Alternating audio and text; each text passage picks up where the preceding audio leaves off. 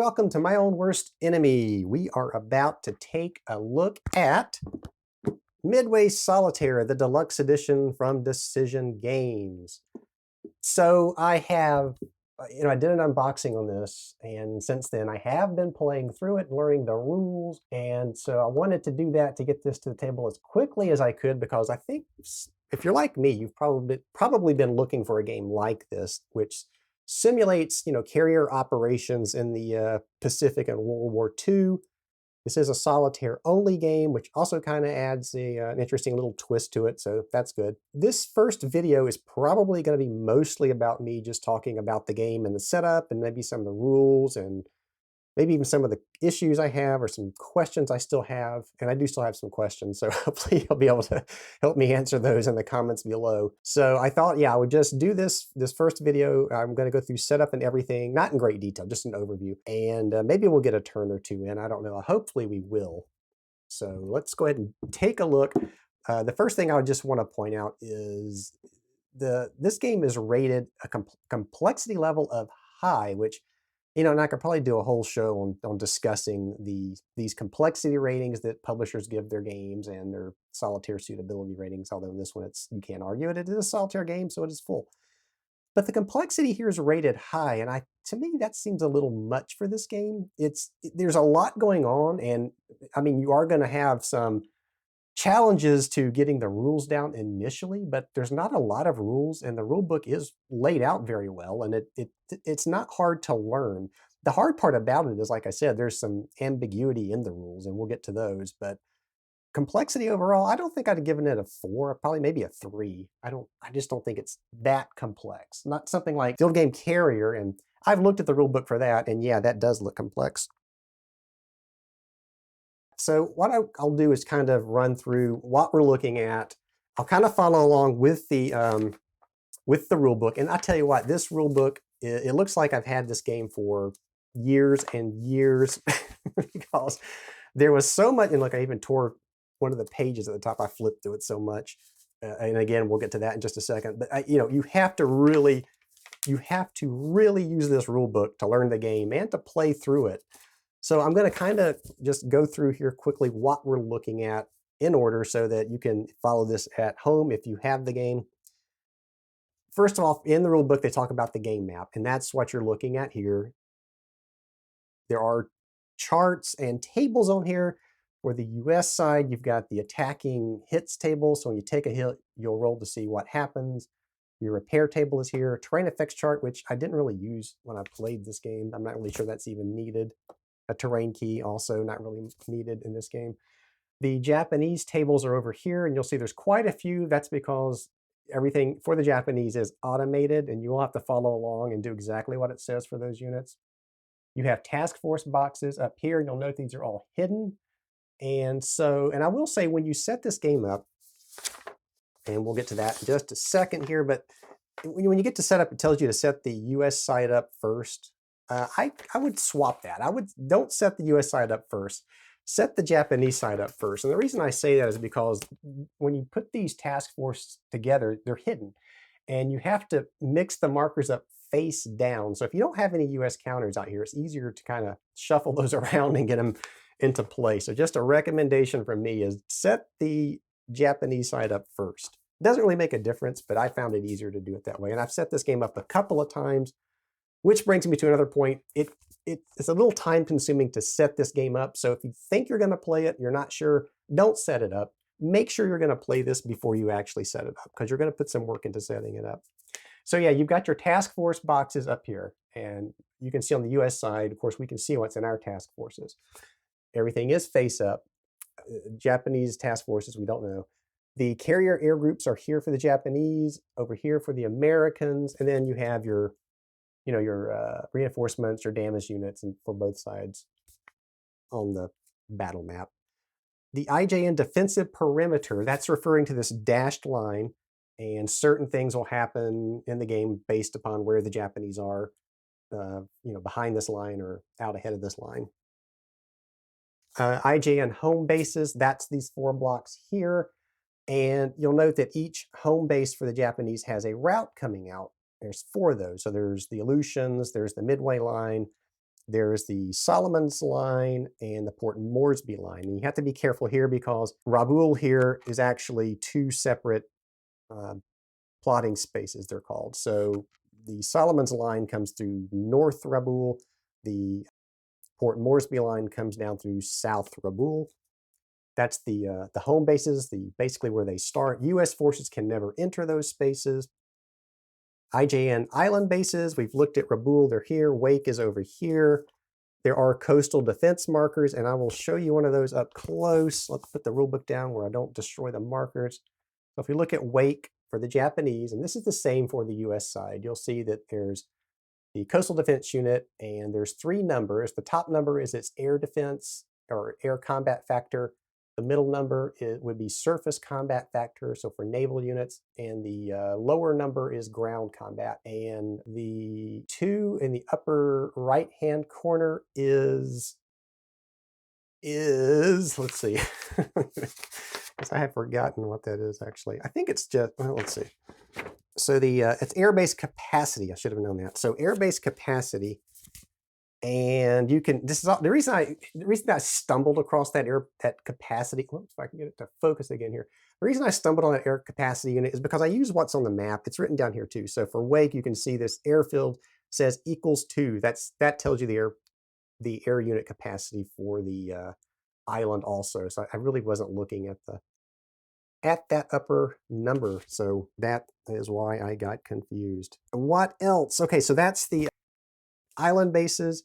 Plotting spaces, these are the white circles that you see. So what'll happen is the Japanese units will move along each of these spaces, and your units, the task force that you have, will also move along these units, along these route lines. So that's what those are. And these black route lines, this is what I just said. It's where your units will follow, their units will follow.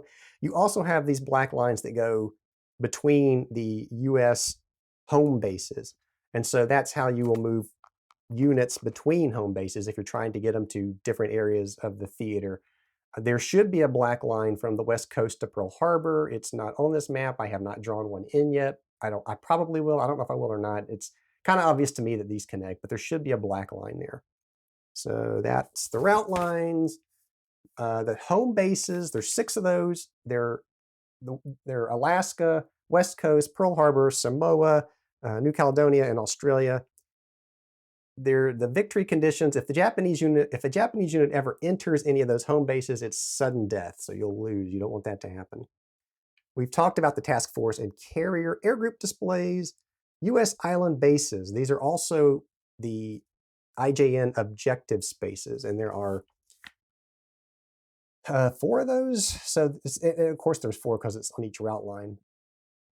You'll note that there's a U.S. control marker for the Aleutians right now, Midway, Solomon's, and Port Moresby. So if the Japanese, they want to take those spaces, and if they do, it'll flip and it'll become Japanese. You don't want that. So that's the objective spaces and various charts and tables. So the counters, we talked about the coastal defense unit. There are leaders. There's on the American side, we'll take a look at Spruance. I think that's Spruance. So there are leaders. They don't do much. The +1 simply means that he'll add a +1 to movement for a task force, that whether he's going along the West Coast or towards Alaska, he can move 2 versus 1 if a task force didn't have him there. They also provide it says here, the movement and bomber bonus. And I think, again, it extends their range out by 1. So they don't really do a whole lot. In the Japanese, they also have leaders. There are 2 in the marker cup. We'll talk about that in a second. And basically all they do is they activate, instead of activating 1 route in a turn, they'll activate 2, which is double trouble for you, believe me. Air units, so there's bombers and fighters. Each carrier has their own set of bombers and fighters. Some of the bases have bombers and fighters. And their combat factors are the same. The top number is always the air combat factor, the middle is naval, and the bottom is ground. So that's not going to change. There are naval units in the game. So there are carriers, light carriers, battleships, heavy cruisers, light cruisers, destroyers, and transports. and these ABDs, which are seaplane tenders. There's only a couple of those for the American side. So each task force has, we'll look at one for an example here, Task Force 16's in Pearl Harbor right now. Well, Task Force 16 is up here, and it contains the Enterprise, the Hornet, a heavy cruiser, a destroyer, and one of those seaplane tenders. And of course, these units represent, except for the carriers, the other units represent multiple ships.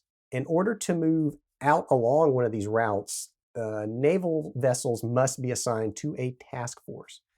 You can move naval vessels outside of a task force, but they must stay within these black lines. They can't go into these plotted movement areas. They can only go up and down. And we may see that. I don't know. Okay, so what else have we got? Unit steps. That's basically so when a unit takes damage, like this bomber, for instance, if it takes a hit, it flips, and it will come. You will show its damage side. Some of these items can be repaired, and some cannot be repaired. Some are just eliminated. We've talked about the combat factors. Now we get to the markers, the IJN operation markers. And so this is what you'll pull randomly out of this cup. There's 22 in here.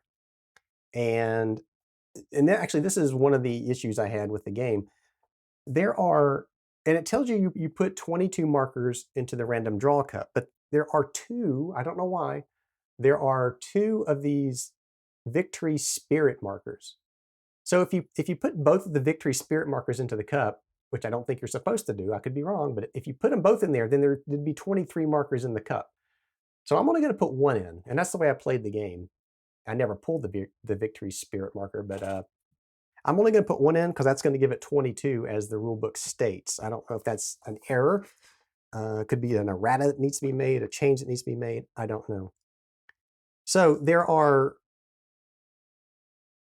5 Midway markers. There's 3 of the Aleutian markers, 3 of the Port Moresby markers, and 3 of the Solomon markers. So those are in there. And then there's these special operation markers, and they will have special actions, I guess. They'll have special meaning when you pull those. And like I said, there's some leaders in there, and there's some intelligence stuff and some other things that we will take a look at as we encounter them.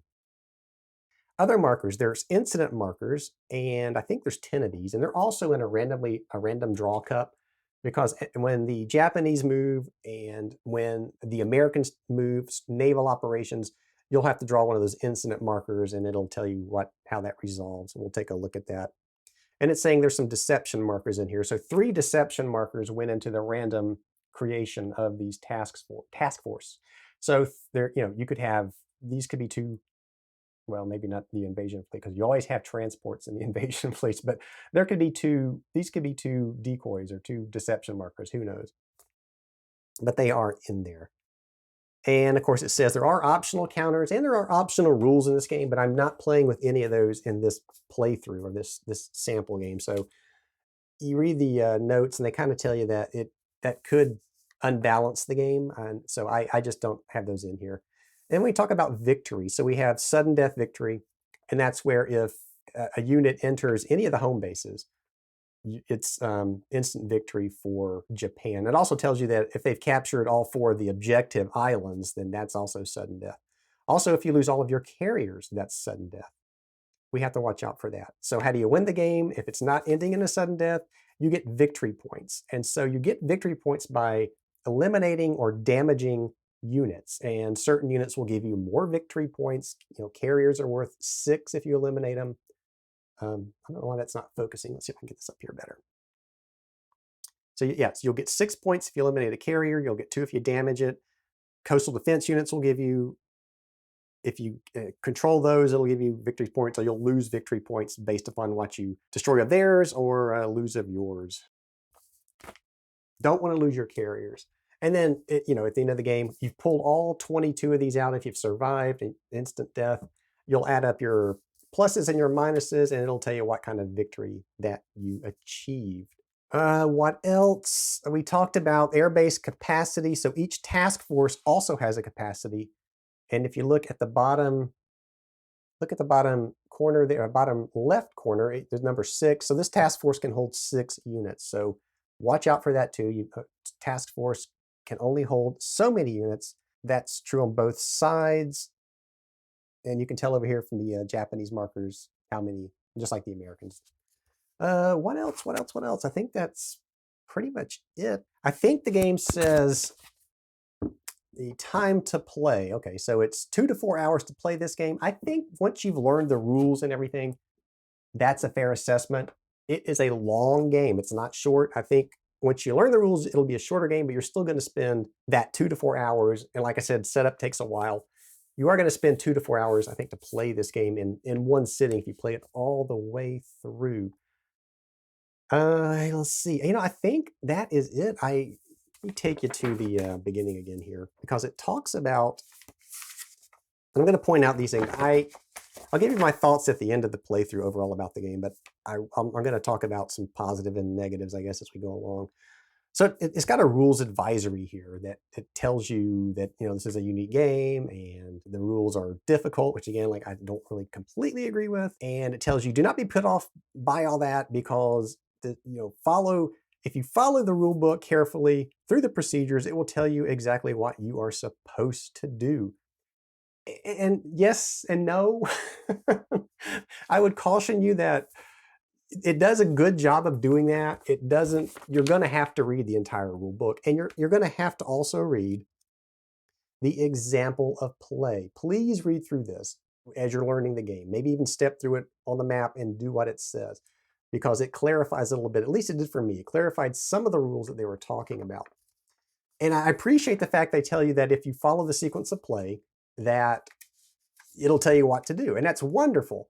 But what this game does not provide, well, it half provides, I should say, but what it does not provide is a sequence of play card. And this, this is what it needed to provide. It's a shame that they did not put and I made my own here just to kind of step through it, a basic sequence of play of how you go through this. And that's why I'm a little upset that my rule book is dog-eared and crinkled and torn, because I had to keep referring back to this over and over and over until I finally broke down and made that little cheat sheet I just showed you.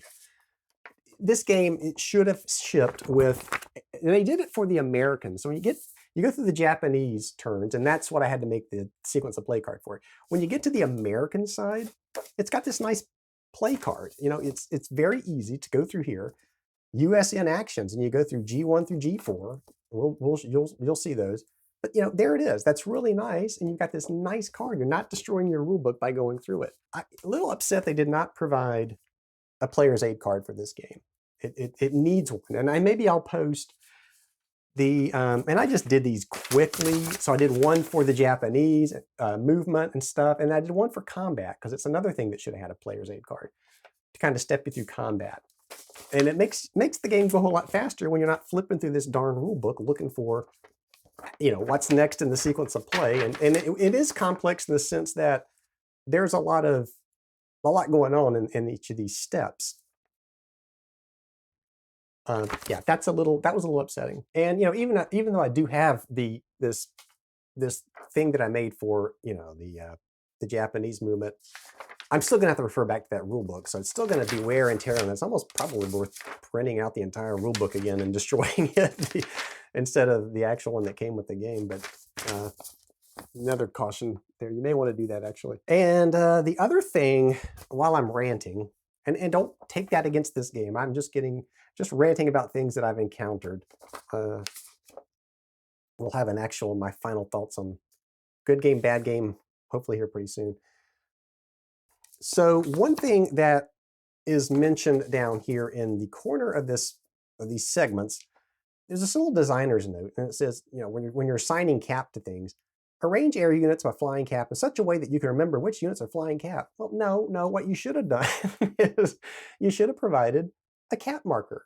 And this is why I tell you to say, when you buy a game and you get blank units that aren't used on a counter sheet, save those things, because then you can make things like this on your own. Should have been a cap marker with this game. So I made a couple of my own. So instead of arranging units in a way that I can remember that they're in cap, I'll just put a cap marker on them. All right, I think that's it for the overview. I don't think I missed anything. So I think what we will do then is, how much time? We're probably 20 or so minutes into this. Yeah, I will try to go through at least one turn, so we will do that. And I do have a questions card too of rules and stuff that we'll address, I guess, as we go through the game. And if we don't hit any of them, I'll talk about those at the end. But there are some rules questions I have, and if you know the answers or if I'm doing anything wrong, please leave a comment below so that others can see that and I can see it, and we can all learn together how to actually do the game correctly. So that would be appreciated. All right, so yeah, let's go ahead and just jump in and start playing, and I'll talk about issues and how to play as we go through this thing. All right, so I'm gonna use my quickly created sequence of play cheat sheet. So hopefully I won't miss anything. I don't think I will. Like I said, I've been playing this game for the past, well, since whenever I did the unboxing, I've been pretty much playing turns of this and learning it.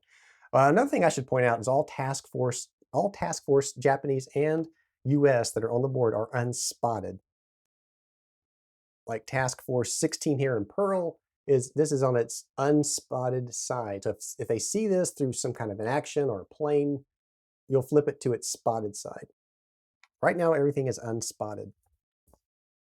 So the first thing we do is what is called 611, the IJN Operations Determination. So that's where you're going to randomly draw one of the 22 chits in the cup. So I'm going to draw one of those, and that'll tell you what the Japanese are doing. So we'll reach in here and we'll grab one randomly.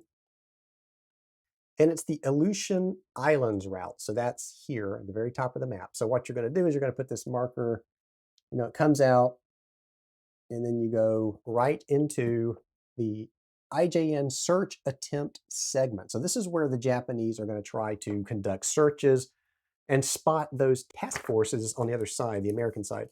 And this is only on the activated route. You don't do it for anything else other than what you pulled. So to do that, you determine if there's any unspotted USN task forces within 3 spaces of a Japanese base, 2 spaces of a task force, or all other task forces 1 space. The only thing they could even have in range would be down here in Rabaul or Wake. So the base has to be 3, 1, 2, 3. So they can't see anything at Midway. It's too far away. Down here, Rabaul is within, or let's see, this is Solomon's. So the Solomon's line, well, it's not active. So what am I doing? But that's what it would be. That's how you would check it. It would be, is it within, the base is within 3 range of an unspotted task force. Here, there are no task forces around Rabaul, so they wouldn't see anything anyway. If you don't have any, you just go on to the next sequence of play track, which is IJN Task Force Movement segment. So this is where on the activated route, that's important. That tells you which one's activated. These 3 task forces will move out towards the Aleutians, or toward this objective base on the Aleutian Islands. So there are 3 task force. We have the 2nd Carrier Strike Force, the Invasion Task Force, and the Main Body B Task Force. And we don't know what's in those task forces. They're up here mixed in, secretly hidden, so who knows? And so we look, they're all advanced. They're going to be advancing. Now this can flip. There are things that will flip this to withdrawal. And I never saw that in the game I played, or any of the turns that I played, really. But that's there. And so what happens is, for each task force, and it tells you, consult the IJN Task Force Movement Table. You'll roll a D6, and it'll tell you how far out they move. So up here is the IJN Task Force Movement Table. There's a column for Carrier Strike Force. There's a column on the right for Invasion, and in the middle is everything else. So we'll start with the 2nd Carrier Strike Force. And I've got these dice I bought from Miniature Market on sale from, I forget which game it was for. I don't know, but I thought they were cool and very thematic. I think we've probably seen these before in a playthrough. So I'm going to grab a red D6 for Japan, and we're going to see how far along the 2nd Carrier Strike Force will move. So I roll a D6, I roll a 2, and I cross-reference that over here, and it says 2, the Carrier Strike Force will move 2 spaces. So I do that, I move along 2 plotted circles, basically. So it's going to be 1, 2. So it's going to make it up to AL2. And then I see where the Invasion Force is going to go. So I roll a D6 for it. 2 again. So it's going to be only 1 space, though. And that's why you got to check this chart. So it's only going to go 1 space. And then we'll see how far the main body task force B makes it. So we roll again. And that's a 6. So that's the middle chart. It is going to go 3 spaces. They're humming along here. So they're going to go 1, 2, 3. They've crossed that defensive perimeter line. And that is it for task force movement, because that's all the task forces that were in that route line. And then you go to the USN reaction segment. So now the US can react, and again, on the activated route only, launch carrier-based, not land, bombers and fighters against spotted Japanese task forces. Well, this task force has not been spotted. And I don't think there's anything within range. All of our bombers are back up here in Alaska. We don't have anything here except for the coastal defense unit. I don't think the US is going to be able to do anything here. Launch NAC fighter like bombers for the same space as for CAP mission. So we could launch, well, we can't because there's no fighters here. So we could launch fighters here to do CAP missions around the coastal defense base there, but we don't have that, so there's going to be no reaction here from the US. We go to the next segment, which is the IJN Air Unit Launch segment. And so we turn to that. And this is really kind of the meat of what's going on here. And again, the activated route, so we're up here on the Aleutian line. For spotted USN task force and or bases, determine the missions that each available air units will fly. And in red here, it says the player may examine unspotted IJN task forces to determine what units can fly missions. Okay, and this is where my questions card comes in. I have a real problem with this because this whole game is about hidden information. And so we have this main body task force, which is Task Force B, which has 2 units in it. Now, I don't know if that's 2 carriers. I don't know if it's 2 destroyers. I don't know what's in that. But so bombers and fighters on carriers, and we'll grab Soryuz here for an example. Their ranges are printed on the bottom right. So you can look at this and see their bombers can fly, well, this particular bomber unit can fly 3 spaces out, and their fighter can actually go 4 spaces out. Let's put Soryuz fighters back because they're going to want those later, I'm sure. This main body is within 1, 2 of the Aleutians, so they potentially could bomb this coastal defense unit. And so what the rule tells you is what that red is it's telling you can now examine that task force to see if they can actually bomb the Aleutians. And I hate that. I wish there was some other mechanism, some sort of search or something that happened before that. I don't really want to know what's in that main body B task force, but I kind of have to now to see if they can conduct these missions. So let's go ahead and flip those hidden units, and we'll see that there is what is that, a battleship? No, that's a destroyer. I need better eyes. And there's another, so there's 2 destroyers in there. So they can't do any kind of air mission. And now I know there's 2 destroyers in the main body. And I'm going to flip those back over just to keep the information as hidden as I can. I mean, that's part of the charm of the game, right? That's why I hate this rule.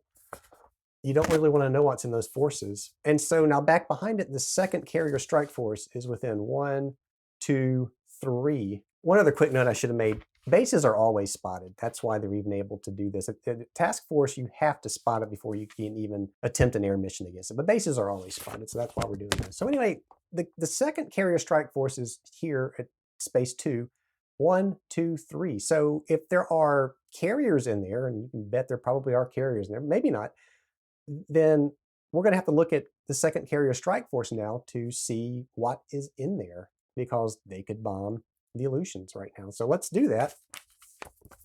The second carrier strike force, there are 3 units in it, which is as many as it can have because that little number printed there. And let's see what's in the second carrier strike force.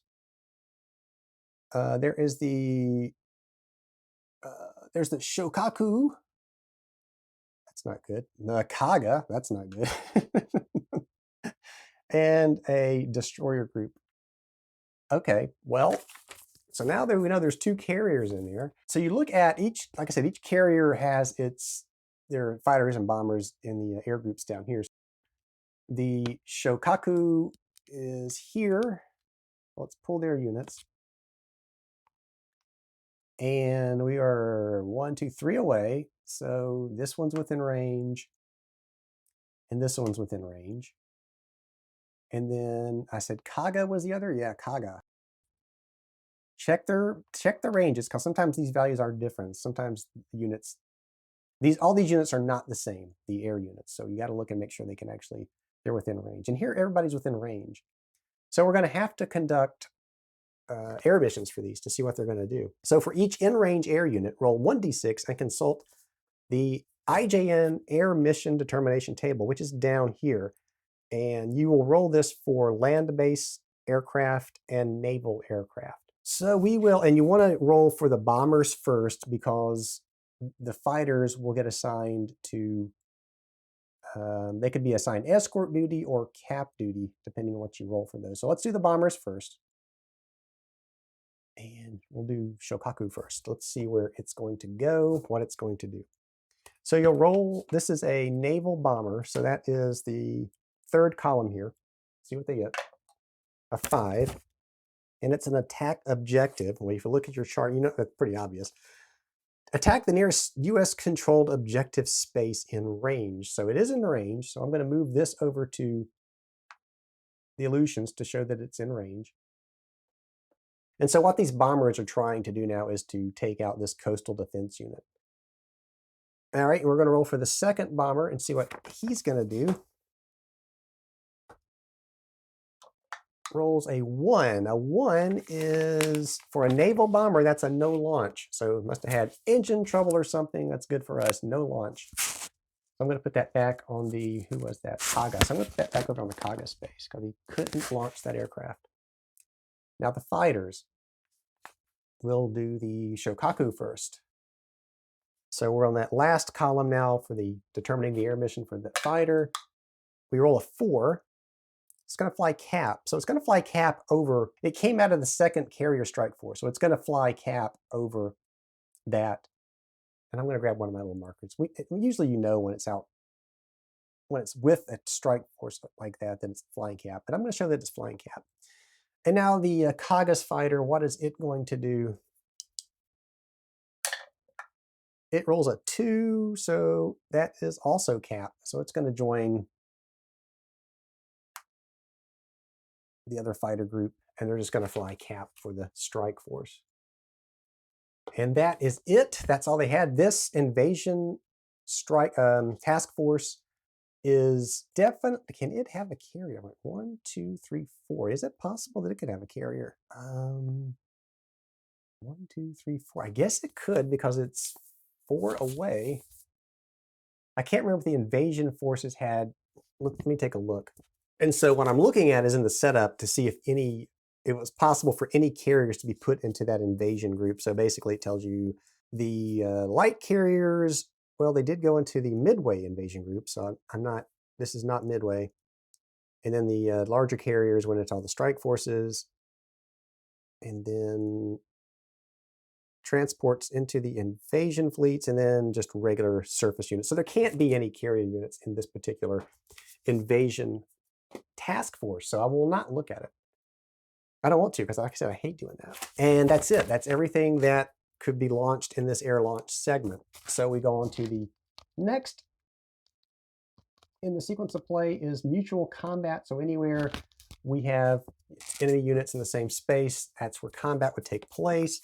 Now they do provide a battle marker that you can show that, well, this is where the battle took place. Here it's not that necessary, because all we have is this coastal defense unit, and they have this nice battle display down here you can use.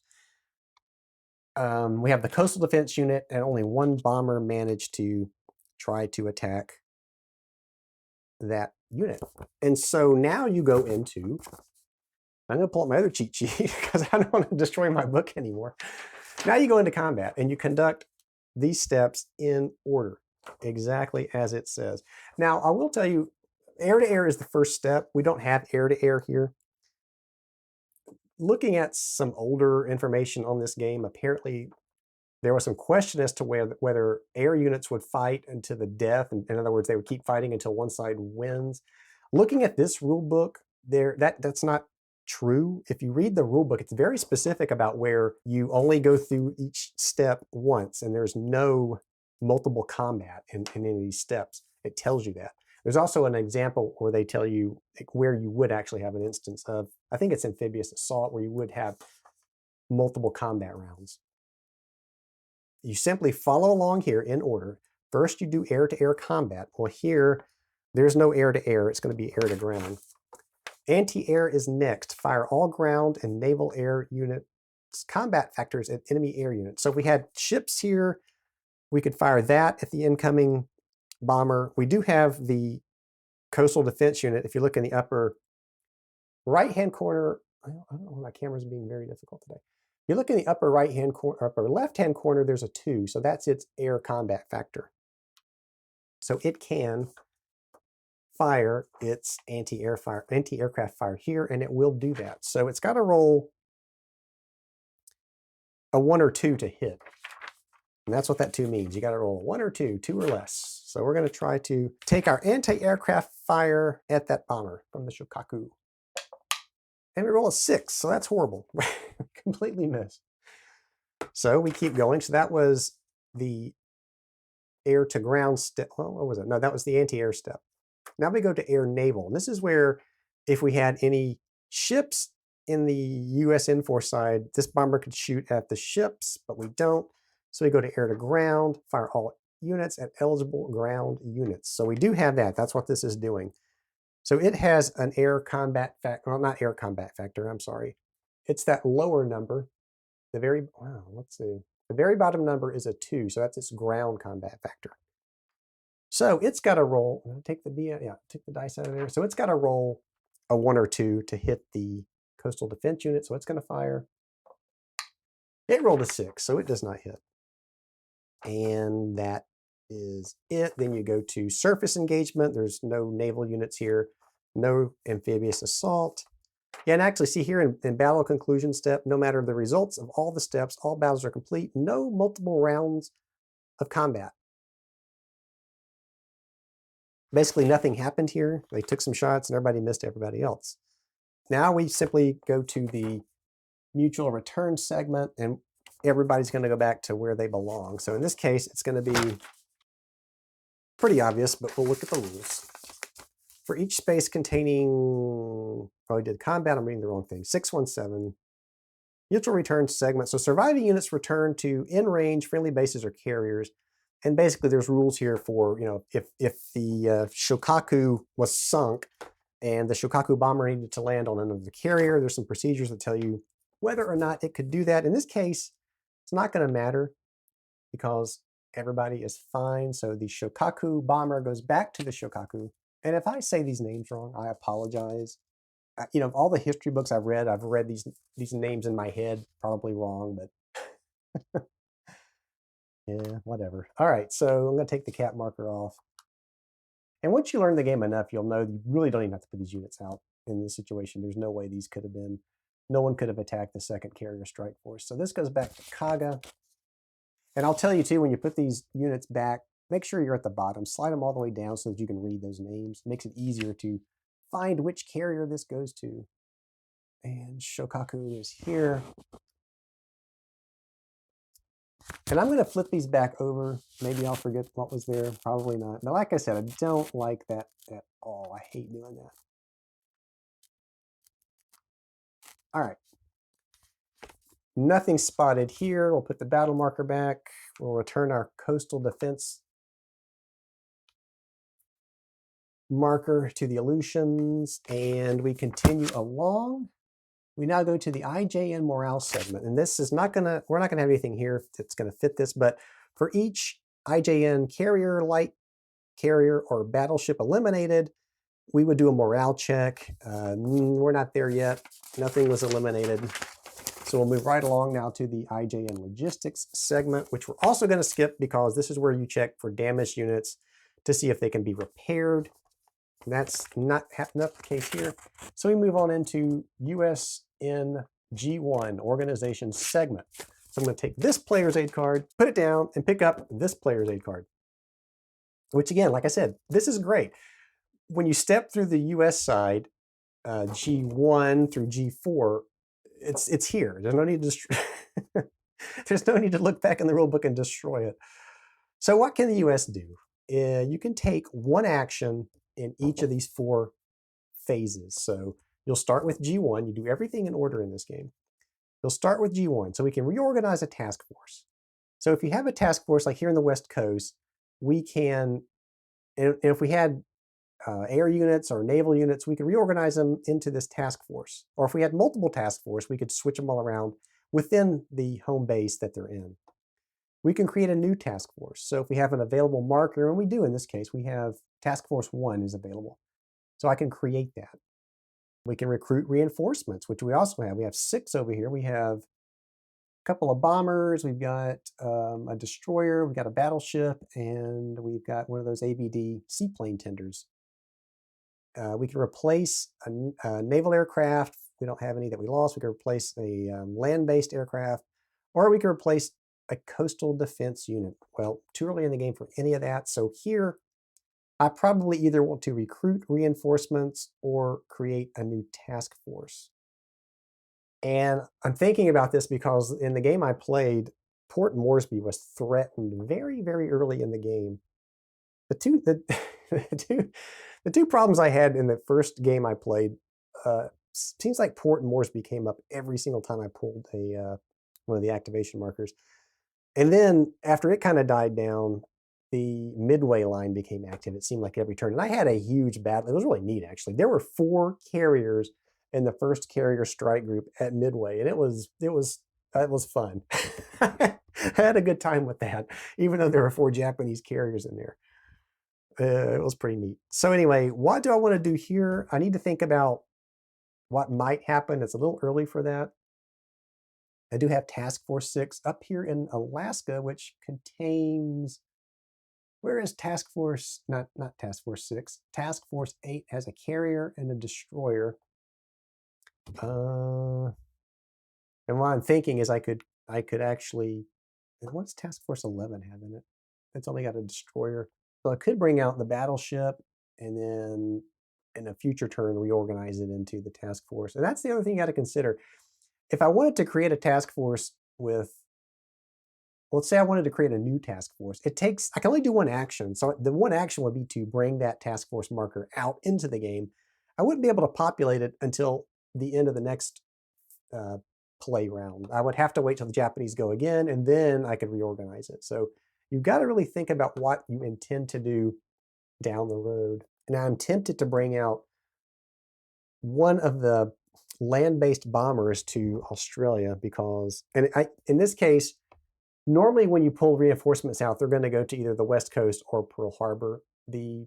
This Australian unit, which is the green, the only green marker we have, can be deployed directly to Australia. So I could do that to kind of start reinforcing Port Moresby, which I'm sure will be threatened. Decisions, right? That's what makes a good solitaire game, though, is you have to think about what you want to do.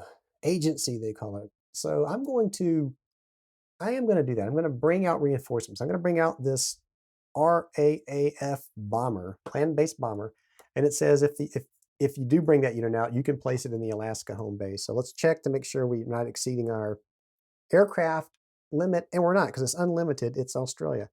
It can hold a lot of aircraft. So that was it. I picked one thing. I brought out a reinforcement. That's all I can do for G2 or G1. We go to G2. I can only do one of 3 things. I can do a naval air search if I had a carrier, a battleship, or a cruiser. So what this is we've got this operations phase coming up, and that's where we actually conduct our attacks.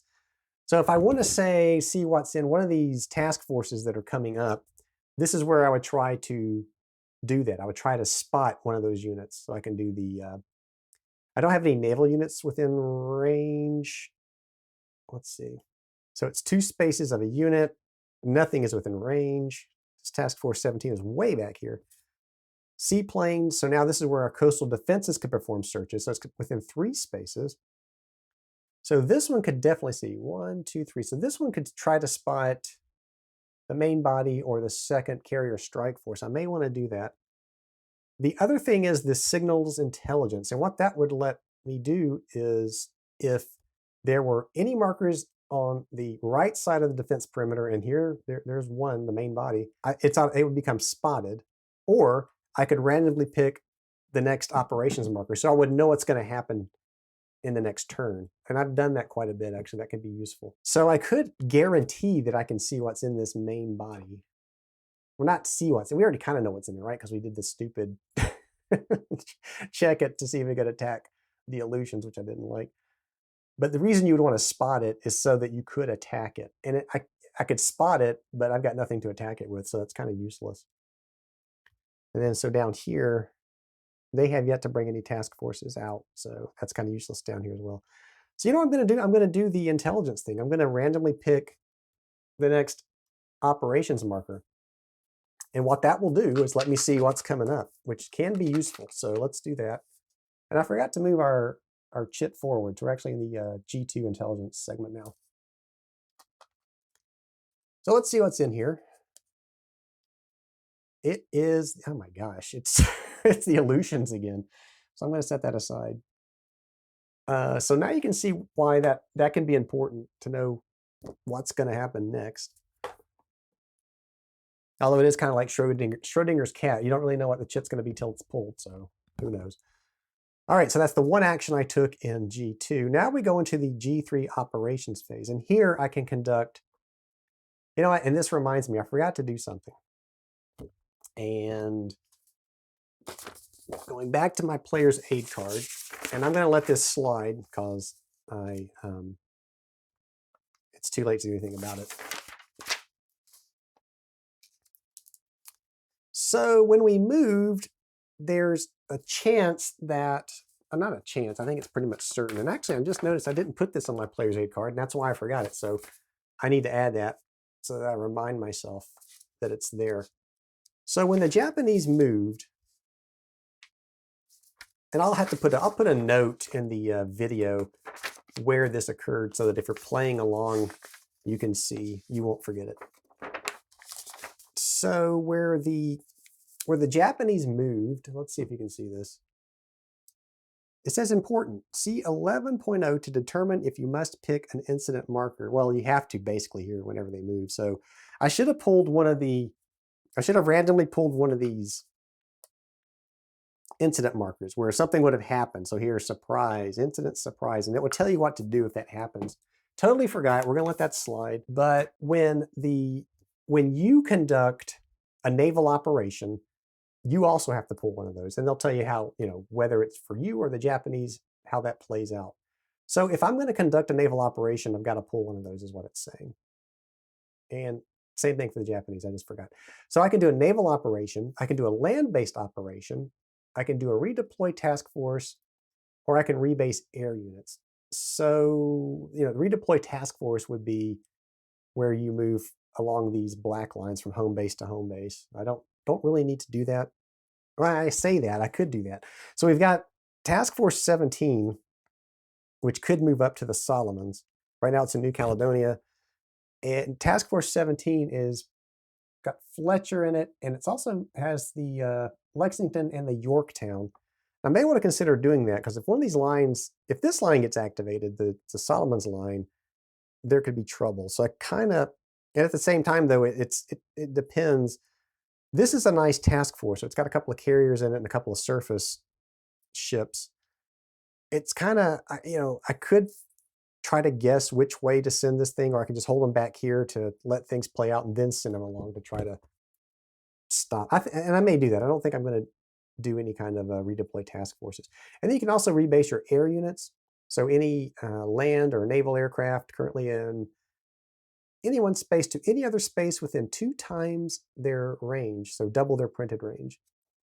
And that would be nice up here because we have 3 bombers in Alaska that their range, let's see, 2, 3, and 6. So it's double that. So any of these bombers could actually reach the Aleutian, so that may be something to consider. And it's move any or all. So I could get all 3 of these units to the Aleutian Islands. You may want to consider that too. And then land-based operations are where we would conduct the land-based units to attack spotted task forces, which again, back to, make sure you spot a task force before you try to take any of these actions. Otherwise, you're wasting your actions. Do I want to conduct a naval operation? And so I don't think I mentioned it, but when your task forces will move.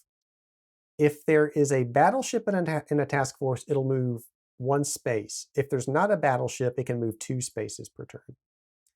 So that's something to keep in mind. And I'm looking, and here again, you select 1 route. So it's not like you're moving all over the board. But you can move any and all task forces on that, and independent naval units on the route at this time. And I don't think, so Task Force 16 is also, I think, a pretty chunky, yeah, it's got the Enterprise and the Hornet. And at some point, we're going to want to bring that towards Midway, I think. I think what I'm going to do here is I'm going to bring these Alaskan bombers forward. The lowest one here is a range 2, so it can go 4 in this step. So that can definitely make it 1, 2, 3. And as I look, I forgot. So always check your airbase, your maximum capacity here. And here it can only hold 1 air unit, so I can only bring 1 of these forward. Decisions. Maybe I do want to move 1 of my task forces forward. But again, like I said, I don't really know which. Task Force 44 sitting down here in Australia only has a cruiser in it. So I could bring it forward, but I don't think that's going to do me a lot of good right now. I'm still going to bring forward 1 of these bombers. And in this case, I'm looking for something with good air to surface, because I know that there's these naval units coming in. And each one of these has a 1. So, and this is, it's like a B, what is that? Is that a B-17? Yeah, it's a B-17. And when a B-17, if you'll note, the B-17's air combat factor has parentheses around it. It's defense only. So it can, if it's fired on by a fighter, then it can return fire. And that's actually a pretty high number for a bomber there to have. So that's good. Let's bring it forward to the Aleutians. So we'll have 1 bomber out there for now. And so there was no need to pull 1 of those incident markers that I forgot, because we did not do a naval operation. We did a rebase air units operation. So that is it for G3, and I didn't move this forward. That was G3. Now we go into G4, logistics. Here we can repair damaged naval units. Well, we actually have the Saratoga, which started off damaged. So we could attempt to repair the Saratoga. We could repair a damaged naval aircraft. There's not any to worry about there. Repair a damaged land aircraft, or repair a damaged land unit. So really the only thing I can do is try to repair the Saratoga. So how do you do that? Well, there's a USN repair table. So you look up what type of unit are you trying to repair. Well, I'm trying to repair a CV. It's a carrier. And I'll roll a D6, and it'll tell me the effect. And here it's basically 50-50. And you can do this for each unit selected. So if I had more units in there, I could probably attempt to try to repair more than, well, it says select up to 2. So yeah, I could select 2 if there were 2 in there. We're going to do this, try to repair the Saratoga though. Let's see what we get. I roll a 3, so you consult the table. 1 to 3 is no effect. So we're not able to repair the Saratoga yet. I'm sure some admiral is screaming, would you repair the Saratoga already? Because that would have been nice to pull out the next time. All right, and that is it. So that was the G4 phase. And then we go into the administration phase. I don't think I put the administration phase on my player's aid sheet. No, I didn't. So we'll look at the rulebook. Administration phase, this is where we're just going to move the operations marker that's currently in the sequence of play track to the operation marker already used. So basically you're taking the chit that you pulled is going to go to the operations marker that were already played. I'll put that over there. Second thing you do is flip all spotted task forces to their unspotted side. We do not have any task forces that were spotted, so that's it. That's the administration phase. And then you rinse, repeat, and go again. So we are a lot longer than I wanted to go. And I was hoping we'd get a couple turns in. We got one turn in, which was good. But this is good because it'll give me a chance to get this video out. You guys can look at it, and if you have questions, you can ask them in the comments below. I will try to answer them. If I can't answer them, maybe we can get an answer from somebody else that can. We know that the next turn we're gonna deal with the illusions again, which is also why I wanted to bring this bomber out, because you know, when I did that intelligence, when I was in the intelligence phase back at G2 and pulled that shit, it told me kind of what was coming up. That's why it's in the intelligence phase. So I know now, I knew to bring something into the illusion. So that's good. We'll move this down to the beginning here so that we'll know next time to start there with the illusions again, which is not going to be good because these task forces are probably going to reach the objective space and they're going to try to take that. And I really don't have a heck of a lot up there. So that may determine what we do with some of our other task forces floating around out here. All right, that's it. I was excited to get this one to the table, and I'm glad I did. And I'm looking forward to doing some more playthroughs with it or some more turns here with it. Let me know your thoughts, good or bad, what you think so far. Like I said, I have played this once, and I'll be honest with you, I had a good time. It was fun. When I had the really big Midway battle, that was awesome. I had 4 carriers. I think at that point, Task Force 16 was up, so I had 2 carriers. There were planes everywhere. There were surface fleets. There was everything. It was great. And it's tense because when you have all that stuff out there, you know, it's very, very tense. You have a limited number of carriers, and you really are trying to take out their carriers before they can take yours out. And I actually lost the Hornet. Was it the Hornet? I think it was the Hornet that was damaged, so they took it right out. It had to, and when you damage a carrier, it's got to go into the damaged thing, and when it comes out, it goes either into the West Coast or Pearl. So if it had been repaired and came out, I still have 1 carrier here. I've got to get that carrier to Midway, and you can't move independent naval units along these white circles spotted, or these white circle routes. They have to stay on the solid black lines. They cannot go this way. So if I had the Hornet repaired and put it in Pearl, I would still need a task force to get it back to Midway. So I either got to bring Task Force 16 back, pick it up and go back. That takes forever. Or I've got to have a task force marker that I can move, pick it up and go. Yeah, that was really tense and exciting. I do like the game so far. It does have some quirks, and I'll talk about those some more as we play along. I still have my my rant card, I'll call it, where I've got some questions. No, we'll ask those questions when we get to the cases where they come up, and we will get to those because it happened every time. So again, thanks for watching. If you like what I do, please give me a like and a subscribe, and consider joining Patreon to help me improve my my equipment here to make these videos look and sound better. All right, I'll see you back here next time.